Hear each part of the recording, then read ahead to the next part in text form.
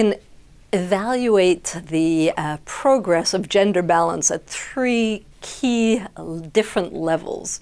So I call them the 3 C's: countries, companies, and couples. At every one of those levels, we can show that better gender balance delivers more happiness, more social peace, and more competitiveness. So what do we mean? At a country level, there's always one simple metric that explains it. I tend to look at the birth rates in different countries.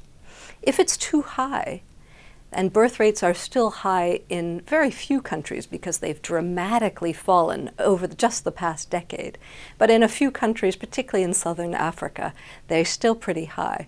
That generally shows that women still don't have access to birth control and aren't in control of how much they can choose reproductive elements. That's not good for women. It's also not good for children or society as a whole, which can't manage the explosion in population that still is the result in those countries. If the birth rate's too low, that indicates another kind of stress that we see in countries like Germany or Japan or South Korea, where basically women are being forced to choose between work or family. And in the 20th century, they chose family. In the 21st century, overwhelmingly, they're choosing work, which means that some of our countries are suffering dramatic demographic falls and are actually shrinking for a number of years. That's not sustainable either. On the company level, the interesting metric is the gender balance on executive teams. If it's healthy, we see that companies outperform their peers. If it's too low, it means that companies still haven't adapted to recruiting, retaining, and promoting what is now the majority of the educated talent on the planet. What about the third level, couples? There, the interesting metric is probably the divorce rate.